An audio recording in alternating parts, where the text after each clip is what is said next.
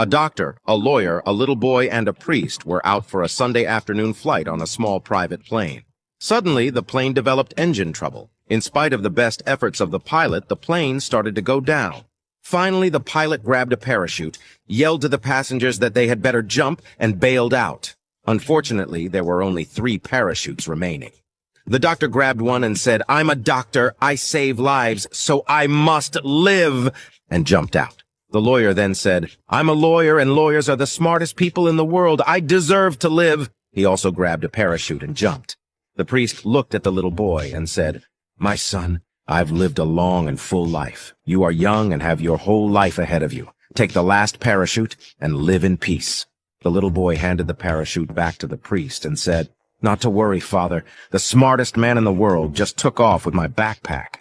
A man went to his lawyer and told him, "My neighbor owes me $500 and he won't pay up. What should I do?" The lawyer asked, "Do you have any proof he owes the money?" The man replied, "Nope." "Okay, then write him a letter asking him for the $5,000 he owes you." Then men said, "But it's only $500. The lawyer replied, "Precisely. That's what he will reply, and then you'll have your proof." This is the true story of George Phillips of Meridian, Mississippi, who was going to bed when his wife told him that he'd left the light on in the shed. George opened the door to go turn off the light, but saw there were people in the shed in the process of stealing things. He immediately called the police, who asked, "Is someone in your house?" And George said, "No," and explained the situation. Then they explained that all patrols were busy, and that he should simply lock his door, and an officer would be there when available. George said, "Okay," and hung up the phone. He counted to 30 and again called the police. "Hello, I just called you a few seconds ago because there were people in my shed. Well, you don't have to worry about them now because I've just shot them all." Then he hung up. Within 5 minutes, 3 squad cars, an armed response unit, and an ambulance showed up.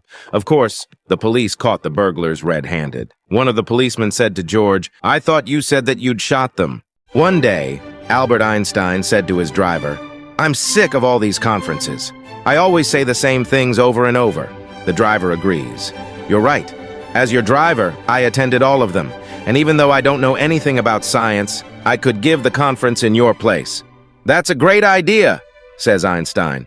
"Let's switch places then." So they switch clothes. The driver dressed as Einstein goes on stage and starts giving the usual speech, while the real Einstein, dressed as the car driver, attends it. But in the crowd, there is one scientist who wants to impress everyone and thinks of a very difficult question to ask Einstein, hoping he won't be able to respond. So this guy stands up and interrupts the conference by posing his very difficult question.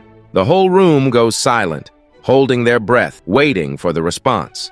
The driver looks at him, dead in the eye, and says, "Sir, your question is so easy to answer that I'm going to let my driver reply to it for me."